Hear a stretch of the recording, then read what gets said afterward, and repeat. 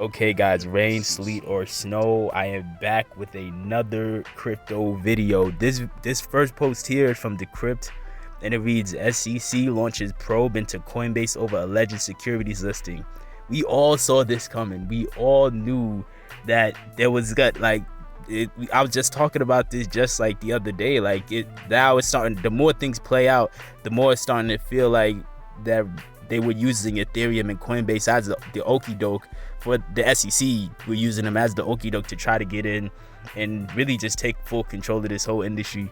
And it looks like, yeah, that they're clearly gonna attack Coinbase. That was clear from the moment they announced they were gonna go after the former project manager. But the article reads, the SEC is reportedly investigating Coinbase for allowing U.S. residents to trade unregistered securities. The popular crypto exchange Coinbase is facing new SEC probe investigating whether it let Americans trade digital assets that should be registered as securities, according to Bloomberg report, citing people familiar with the matter. A People investigation relates to the insider trading case launched by the SEC last week, when the regulator accused one of Coinbase's former employees of violating the company's insider trading rules by tipping off his brother and his friend on upcoming token listings.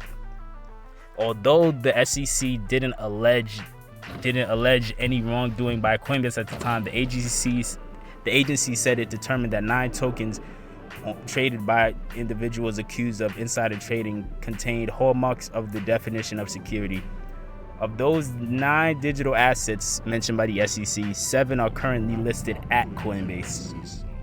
Now, obviously, Coinbase the other day, they put out a blog that I read where they basically were just denying the idea of them putting out a security and saying you don't list securities, which is very hypocritical because, again, Ripple, XRP is not a security, but they thought that if they just threw XRP and Ripple and XRP investors under the bus, they just thought that would be good enough to get the SEC off their back.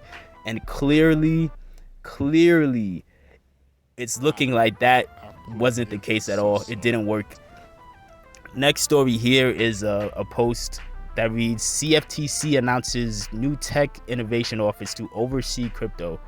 As the CFTC looks to play a bigger role in regulating crypto, the commission's chief announced plans to onboard industry experts and improve its team of technologists.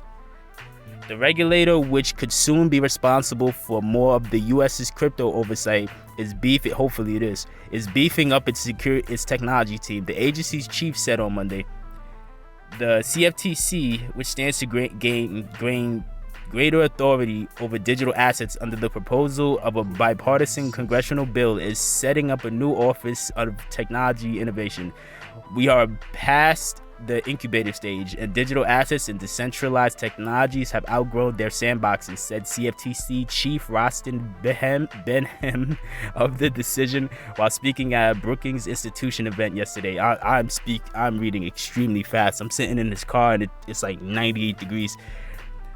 The new office will replace the CFTC's existing fintech team called Lab CFTC, a project which was the brainchild of Benham's predecessor, Christopher J. Giancarlo. The former CFTC chairman is also a blockchain advocate who embraced the nickname Crypto Dad.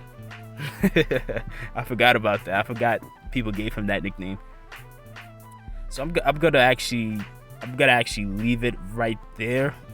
So that I'm gonna actually try to make this video actually pretty shorter than the other one. So that again, it's interesting to see, because I do think these little things, while they might seem boring to some people, for people like us, I think that in the long run, this stuff is interesting, because this is gonna be the type of stuff you're gonna see in a movie one day. Like the CFTC, we're watching the CFTC and the SEC essentially go to war over who can control crypto in America. And whoever wins essentially is gonna have possibly trillions of dollars under their control. So that's gonna be very interesting. Last post here to end the video. I'm just gonna end it with a clip from Brad Kimes, a very powerful and important clip that I wanted to put out. Let's move very quickly. We have a lot to go over yet, and I want to get it all in a timely fashion here. Jeremy Hogan says, Attorney Deaton's response might be my favorite brief in the Ripple case so far. It defends his position in the case, defends his own actions, attacks the SEC, attacks the SEC expert, all in 4 pages, and also happens to spill on Hinman and his relation to Ethereum, and it certainly does. And here's one great example of it right here, where John Deaton drops a bombshell on the SEC versus Ripple case in his Amici filing. Now the judge will know what we know. ETHgate is real, ladies and gentlemen. This story just got a whole lot bigger, and I'm looking forward to the coverage of it from Fox Business, Eleanor Terrett, and Charles Gasparino, and everybody else there, Liz Clayman and Charles Payne. Let's see what happens. This is an example of what he submitted because of what the SEC provided him the doorway to do. Attached here too is Exhibit B are true and accurate copies of William Hinman emails indicating Hinman was informed by the SEC Ethics Office that he was barred by criminal statute from contacting his law firm Simpson Thacher, along with emails establishing that Hinman continued to have contact thereafter. Yeah, that's the kind of stuff that got submitted yesterday. It is fire. Then the question came up here from Digital Asset Investor for the attorneys out there.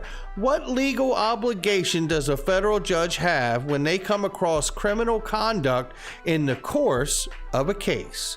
Well, Jeremy Hogan says right here, a judge that becomes aware of criminal activity in a civil case will refer the issue to relevant prosecutorial office.